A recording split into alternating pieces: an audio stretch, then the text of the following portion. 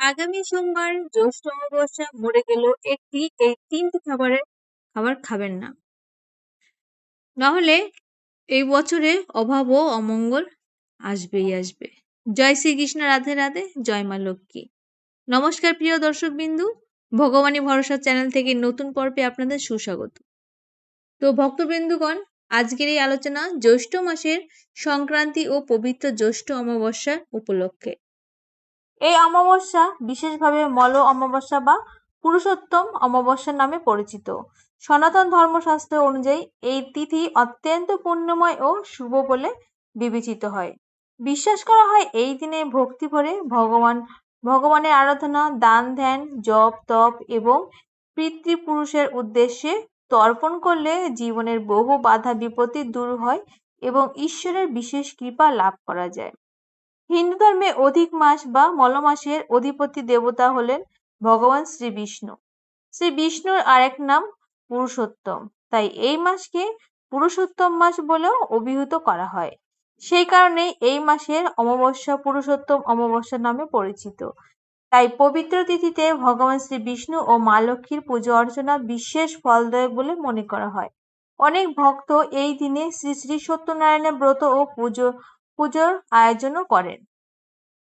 জ্যৈষ্ঠ অমাবস্যা পূর্বপুরুষের স্মরণ ও শ্রদ্ধা নিবেদনে এই মহৎ তিথি।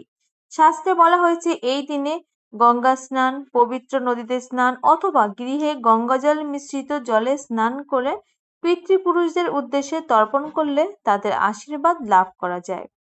এর ফলে পরিবারের সুখ, শান্তি ও সমৃদ্ধি বৃদ্ধি পায় এবং নানান অশুভ প্রভাব দূর হয়। এই শুভ দিনে ভোরে স্নান করে পরিষ্কার বস্ত্র পরিধান করে ভগবান শ্রী বিষ্ণুর নাম জপ করা অত্যন্ত কল্যাণকর। ওম নমো ভগবতে বাসুদেবায় এ মন্ত্র জপ করলে মন ও আত্মা পবিত্র হয়। পাশাপাশি মা লক্ষ্মীর আরাধনা করলে গৃহে সৌভাগ্য, সৌন্দর্য, ঐশ্বর্য ও শান্তির পরিবেশ প্রতিষ্ঠিত হয়।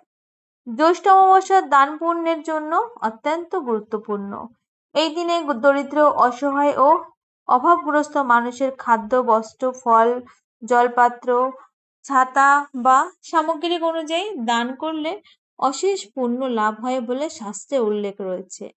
দান মানুষের হৃদয়কে পবিত্র করে এবং ভগবানের কৃপা লাভের পথ সুগম করে।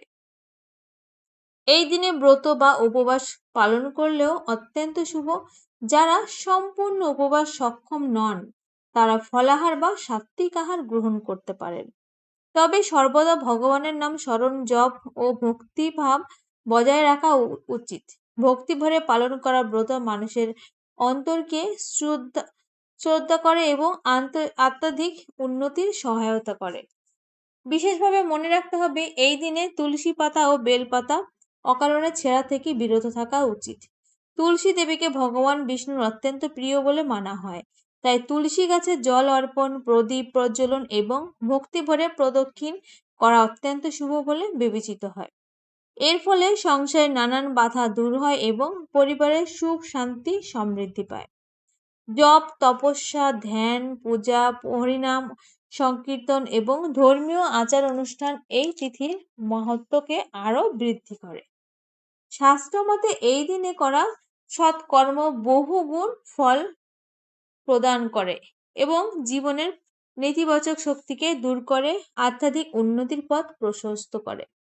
অতএব এই পবিত্র জ্যৈষ্ঠ অমাবস্যা ও পুরুষোত্তম মাসের শুভ তিথিতে ভগবানের বিষ্ণু ও মা লক্ষ্মীর চরণে আত্মসমর্পণ করে ভক্তি ভরে পূজা, জপ, দান ও ধর্মকর্ম সম্পাদন করুন। ভগবানের অসীম কৃপায় আপনার ও আপনার পরিবারের জীবনে সুখ, শান্তি, সমৃদ্ধি এবং মঙ্গল প্রতিষ্ঠিত হবে। এই পবিত্র জ্যৈষ্ঠ অমাবস্যা ও জ্যৈষ্ঠ সংক্রান্তির দিনে আপনারা গৃহ মন্দিরে ভক্তি ভরে প্রদীপ প্রজ্বলন করতে পারেন। শাস্ত্রমতে এই শুভ তিথিতে ঈশ্বরের উদ্দেশ্যে প্রদীপ জ্বালানো গৃহের অশুভ শক্তি দূর করে এবং শান্তি ও মঙ্গল বৃদ্ধি করে। তুলসী গাছের পুজো করাও অত্যন্ত শুভ বলে বিবেচিত হয়। তুলসী মঞ্চে জল অর্পণ, প্রদীপ প্রজ্বলন এবং ভক্তি ভরে প্রদক্ষিণ করলে ভগবান শ্রী বিষ্ণুর কৃপা লাভ হয় এবং গৃহে সুখ সমৃদ্ধি বৃদ্ধি পায়। জ্যৈষ্ঠ অমাবস্যার দান পুণ্যের মাহাত্ম্য বহুগুণ বৃদ্ধি পায়। তাই নিজের সামর্থ্য অনুযায়ী দরিদ্র, অসহায় ও অভাবী মানুষের অন্ন, বস্ত্র কিংবা অর্থ দান করা অত্যন্ত পুণ্যজনক। বিশেষ করে গ্রীষ্মকালে তৃষ্ণার্ত মানুষকে জল, ছাতা, ফল বা শরবত দান করলে তা মহাপুণ্যের কাজ বলে মনে করা হয়। এই শুভ দিনে পশু পাখিদের সেবা করাও অত্যন্ত ফলদায়ক। পাখিদের জন্য দানা ও জলের ব্যবস্থা করতে পারেন। পথের কুকুরকে রুটি বা বিস্কুট খাওয়াতে পারেন।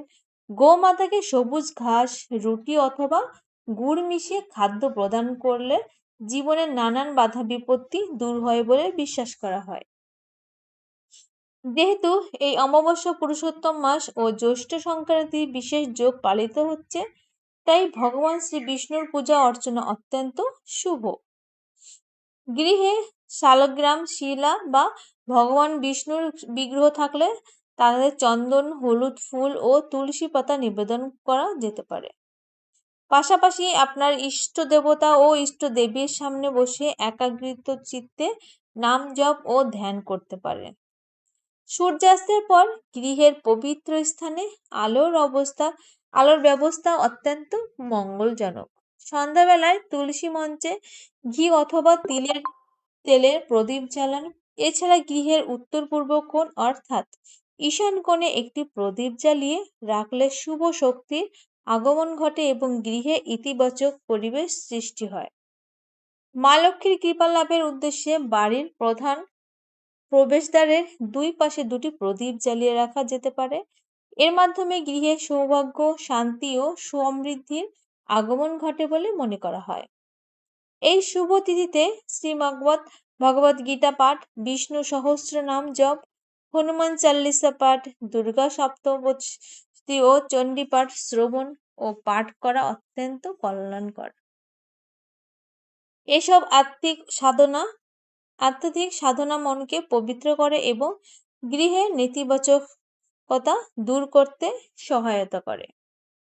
এবার আমরা জেনে নেব যে জ্যৈষ্ঠ অমাবস্যার দিনে কোন কোন খাদ্য গ্রহণ করা থেকে বিরত থাকা উচিত।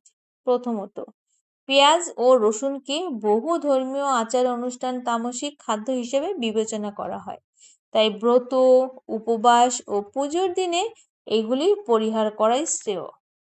দ্বিতীয়ত, মাশরুম বা ব্যাঙের ছাতা অনেক সময় স্যাঁতসেঁতে ও অন্ধকারে পরিবেশে জন্মায়। তাই বহু প্রাচীন আচার ও অনুশাসনে এটিকে তামসিক খাদ্যের অন্তর্ভুক্ত করা হয়েছে। এই কারণে পবিত্র তিথিতে এটি গ্রহণ না করার পরামর্শ দেওয়া হয়। তৃতীয়ত হলো মূলো ও শালগম জাতীয় কিছু মূল জাতীয় সবজি অনেকের ক্ষেত্রে হজমজনিত অস্থিত্ব সৃষ্টি করতে পারে। তাই ব্রত ও পুজোর দিনে এগুলি এড়িয়ে চলাই উত্তম বলে মনে করা হয়। এইবার বলবো চতুর্থ হলো পুঁই শাক ও লাল শাক অনেকেই ব্রতচারণের অসময় খাদ্য তালিকা থেকে বাদ রাখেন। তাই এই পবিত্র দিনে সাত্ত্বিক আহার গ্রহণ করার অধিক উপযোগী। পঞ্চমত, কিছু ধর্মীয় প্রথার বেগুনকে ব্রতের খাদ্য তালিকা থেকে বাদ দেওয়া হয়। তাই এই দিনে বেগুন না খাওয়াই শ্রেয় বলে বিবেচিত হয়। এছাড়া মসুর ডালও বহু স্থানে ব্রত ও উপবাসের দিনে পরিহার করা হয়। তাই এই পবিত্র তিথিতে সাত্ত্বিক খাদ্য গ্রহণ করাই উত্তম। অবশ্যই মাছ, মাংস, ডিম, মদ্য জাতীয় দ্রব্য এবং অন্যান্য তামসিক খাদ্য থেকে বিরত থাকুন। পরিবর্তে আলু, পটল, মিষ্টি কুমড়ো, লাউ, কাঁচা কলা, পেঁপে, ঝিঙে প্রভৃতি সাত্ত্বিক সবজি গ্রহণ করতে পারেন। রান্নার সাধারণত লবণের পরিবর্তে সুন্দক লবণ ও প্রয়োজনীয় অনুযায়ী ঘি ব্যবহার করলে তা অধিক শুদ্ধ ও উপযোগী বলে মনে করা হয়। ভক্তবৃন্দগণ, আপনারা ইতিমধ্যে জেনে গেছেন যে এই পবিত্র জ্যৈষ্ঠ অমাবস্যা ও জ্যৈষ্ঠ সংক্রান্তির দিনে কোন কোন খাদ্য গ্রহণ করা থেকে বিরত থাকা উচিত এবং কোন কোন শুভ কর্ম পালন করলে ভগবান শ্রী বিষ্ণু ও পিতৃপুরুষের আশীর্বাদ লাভ করা যায়। তবে এই বিশেষ তিথিতে মাহাত্ম্য আরো গভীরভাবে উপলব্ধি করার জন্য পুরুষোত্তম মাসের উৎপত্তির কাহিনী একবার হলেও শ্রবণ করা উচিত আপনার। সৌরবর্ষ ও চন্দ্রবর্ষের সময়ের পার্থক্য সামঞ্জস্য করার জন্য প্রায় প্রতি ৩ বছর অন্তর হিন্দু পঞ্জিকায় একটি অতিরিক্ত মাসের আবির্ভাব ঘটে, যাকে অধিক মাস বলা হয়। প্রাচীনকালে এই অতিরিক্ত মাসটিকে মলমাস নামে ডাকা হতো। সেই সময় হিন্দু ধর্মের প্রতিটি মাসের একজন অধিপতি দেবতা থাকলেও এই মাসের কোনো অধিপতি দেবতা ছিল না। ফলে বিবাহ, গৃহপ্রবেশ, অন্নপ্রাশন সহ বিভিন্ন মাঙ্গলিক ও শুভ কাজ এই মাসে করা হতো না। এইভাবে দীর্ঘদিন অবহেলা, উপেক্ষা ও অপমান সহ্য করতে করতে মলমাস অত্যন্ত দুঃখিত হয়ে পড়েন। সকলের ঘৃণা ও অবজ্ঞায় কষ্ট পেয়ে সে একদিন বৈকুণ্ঠ ধামে ভগবান শ্রী বিষ্ণুর শরণাপন্ন হন। ভগবানের চরণে নত হয়ে সে কাতর কণ্ঠে নিবেদন করে, হে প্রভু, পৃথিবীর সকলেই আমাকে অপবিত্র বলে মনে করে। আমার কোনো অধিপতি নেই, কোনো সম্মান নেই।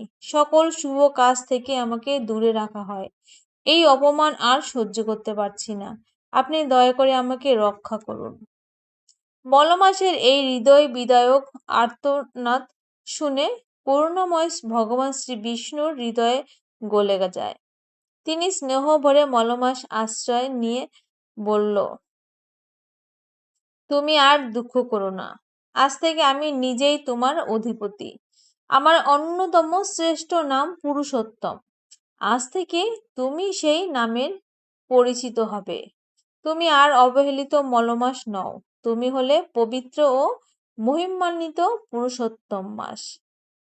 এরপর ভগবান শ্রী বিষ্ণু ঘোষণা করেন, অন্যান্য সকল মাসের তুলনায় এই পুরুষোত্তম মাস আমার বিশেষ প্রিয়। যদিও এই মাসে কিছু মাঙ্গলিক কাজ করা হয় না, কিন্তু আধ্যাত্মিক সাধনা, জপ, তপ, ব্রত, দান, ধ্যান ও ভগবত ভজনের জন্য এই মাসে সর্বশ্রেষ্ঠ। বিশেষ করে এই মাসের অমাবস্যা তিথিতে যে ব্যক্তি ভক্তি ভরে স্নান, দান, জপ, পূজা ও ভগবানের আরাধনা করবে, সে অক্ষয় পুণ্য লাভ করবে। তার জীবনের বহু দুঃখ কষ্ট দূর হবে এবং ভগবানের বিশেষ কৃপা লাভ করবে। সেই সময় থেকে অধিক মাস পুরুষোত্তম মাস নামে পরিচিত হয়ে ওঠে এবং এই মাসের অমাবস্যা হিন্দু ধর্মে অত্যন্ত পবিত্র ও তাৎপর্যপূর্ণ তিথি হিসাবে পালিত হয়ে আসছে। তাই এই শুভ জ্যৈষ্ঠ অমাবস্যা ও জ্যৈষ্ঠ সংক্রান্তির দিনে ভক্তি ভরে ভগবান শ্রী বিষ্ণুর নাম স্মরণ করুন, দান পুণ্য করুন, ধর্মীয় গ্রন্থ পাঠ করুন এবং হিন্দু এবং পিতৃপুরুষের উদ্দেশ্যে প্রার্থনা নিবেদন করুন। ভগবানের কৃপায় আপনাদের পরিবার সুখ, শান্তি, সমৃদ্ধি ও মঙ্গলে পরিপূর্ণ হয়ে উঠবে। ভক্তবৃন্দ, আজকের এই পবিত্র আলোচনা যদি আপনাদের ভালো লেগে থাকে এবং যদি এই জ্যৈষ্ঠ অমাবস্যা, জ্যৈষ্ঠ সংক্রান্তি ও পুরুষোত্তম মাসের মাহাত্ম্য সম্পর্কে সামান্যতম উপকারে পেয়ে থাকেন, তাহলে ভগবানের শ্রী বিষ্ণুর প্রতি ভক্তি ও শ্রদ্ধা নিবেদন করে ভিডিওটি একটি লাইক প্রদান করুন। আপনাদের একটি লাইক আমাদের ধর্মীয় ও আধ্যাত্মিক বিষয়বস্তু আরো বেশি মানুষের কাছে পৌঁছে দিতে সাহায্য করে। এই পবিত্র তিথিতে মাহাত্ম্য সম্পর্কে আপনাদের অনুভূতি, মতামত কিংবা ভক্তিভরা অবশ্যই কমেন্টের মাধ্যমে জানাবেন। কমেন্ট বক্সে ভক্তি বলে লিখবেন, জয় শ্রীকৃষ্ণ, রাধে রাধে, জয় মা লক্ষ্মী। ভগবানের প্রতি নিজের ভক্তি নিবেদন করতে পারেন। আপনাদের প্রতিটি শুভ মন্তব্য আমাদেরকে আরো উৎসাহিত করে এবং সনাতন ধর্মের মহিমা প্রচারে অনুপ্রাণিত করে। যদি মনে করেন এই তথ্যগুলো আপনার পরিবার, আত্মীয়-স্বজন, বন্ধু-বান্ধব বা অন্যান্য ভক্তদের উপকারে আসতে পারে, তাহলে অবশ্যই ভিডিওটি তাদের সঙ্গে শেয়ার করুন। হতে পারে আপনার একটি শেয়ারের মাধ্যমে কোনো ব্যক্তি এই শুভ তিথির মাধ্যমে জানতে পারবেন, ভগবানের নাম স্মরণ করবেন এবং ধর্মীয় আচার অনুষ্ঠান যথাযথভাবে পালন করার সুযোগ পাবেন। ধর্মীয় জ্ঞান যত বেশি ছড়িয়ে পড়বে, ততই সমাজে শুভ শক্তির বিকাশ ঘটবে। আর যদি এখনো আমাদের চ্যানেলটি সদস্য না হয়ে থাকেন, তাহলে অবশ্যই চ্যানেলটি সাবস্ক্রাইব করে পাশে থাকা ঘন্টার চিহ্নটি বাজিয়ে রাখুন। এর ফলে সনাতন ধর্ম, ব্রত, উপবাস, পুজো পার্বণ, একাদশী, অমাবস্যা, পূর্ণিমা, গীতা, পুরাণ ও ভক্তিমূলক নানান বিষয়ের নতুন ভিডিও সবার আগে আপনার কাছে পৌঁছে যাবে। পরম করুণাময় ভগবান শ্রী বিষ্ণুর চরণে এই প্রার্থনা করি, তিনি যেন আপনাদের সকলের জীবনের দুঃখ কষ্ট দূর করেন, সংসারে সুখ শান্তি ও সমৃদ্ধি দান করেন এবং সর্বদা তার আশীর্বাদের ছায়ায় রাখেন। মা লক্ষ্মীর কৃপায় আপনাদের গৃহ ধন্য সৌভাগ্য ও আনন্দে পরিপূর্ণ হোক। আপনাদের সকলের পরিবার সুস্বাস্থ্য, মঙ্গল এবং ভক্তি বৃদ্ধি পাক। তো বন্ধুরা, অবশ্যই কিন্তু সোমবার অমাবস্যা, তো সবাই ভক্তি ভরে একবার বলুন, হরে কৃষ্ণ কৃষ্ণ কৃষ্ণ হরে হরে, হরে রাম রাম রাম হরে হরে। জয় শ্রীকৃষ্ণ, জয় শ্রী বিষ্ণু, জয় মা লক্ষ্মী। সকল ভক্তবৃন্দুর মঙ্গল হোক, কল্যাণ হোক, জীবন ভরে উঠুক ভগবানের অশেষ কৃপায়।